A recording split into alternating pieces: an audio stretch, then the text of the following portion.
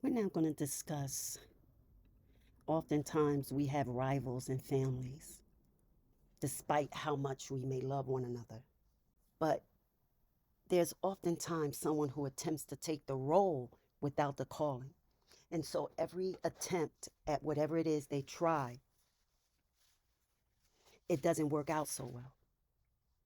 And if they would only submit to the one and walk alongside them, they would more than likely be a greater help to heal and restore the family and to go on and do greater things. But this individual wants it all for them. And this is a figure that often appears around a healer. And this one is more difficult to recognize because at first they look very similar to the healer themselves. They speak in similar ways, they repeat the healer's ideas, they begin presenting themselves in the same role. And for a while, many people cannot tell the difference, but eventually something begins to feel unusual. The imitation grows stronger, but the restoration never follows. In families and communities where restorative individuals emerge, influence begins to form around them. People listen to their guidance, people seek their help during difficult seasons, and people begin trusting their voice. And influence always attracts attention. Some people admire it, some people resent it, and a few people attempt something far more complicated. They try to occupy the same position, and not by developing the same character or even compassion, but by copying the visible parts of the role. See, the imitator studies the healer carefully. They learn the phrases the healer uses. They watch how the healer speaks to people. They notice which ideas receive respect and attention. Then slowly, the imitation begins. The same ideas are repeated. The same insights are presented again, sometimes without acknowledgement. The same influence is attempted.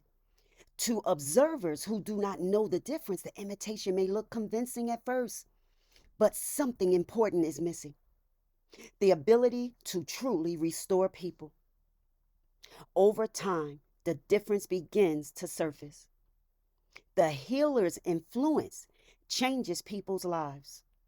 Broken situations begin to improve, and people gain direction during difficult moments. Conflicts begin to resolve. See, the imitator cannot reproduce those outcomes because restoration does not come from appearance, it comes from character, understanding, and lived experiences. And those things cannot be copied simply by repeating words. The imitator often believes they are capable of carrying the same role, but the imitation eventually reveals something even deeper. The person is not trying to help others, they are trying to obtain the recognition that follows the healer. Recognition without restoration, influence without responsibility, authority without the work that produces it.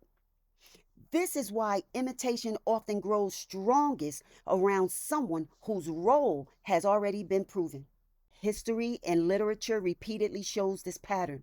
Whenever someone begins guiding others toward restoration, someone nearby eventually attempts to reproduce the visible parts of their influence.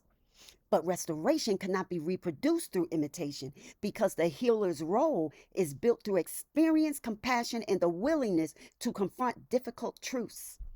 The imitator can copy the voice, they cannot copy the source. For a time, observers may struggle to distinguish between the healer and the imitator, but time reveals the difference. The healer's work restores people, the imitator's work produces attention. One changes lives, the other repeats the appearance of change. Eventually, the results speak for themselves. I'll close with this. Influence attracts many things: supporters, critics, and sometimes imitators. But the role of restoration cannot be claimed simply by repeating what someone else has built. Because when the moment arrives, the real guidance is needed. Only the one who truly carries the role will be able to provide it. Thank you for visiting my channel. May your soul be blessed. Stay covered, stay conscious, and stay undefeated. And I'll see you on the next one, guys. Bye.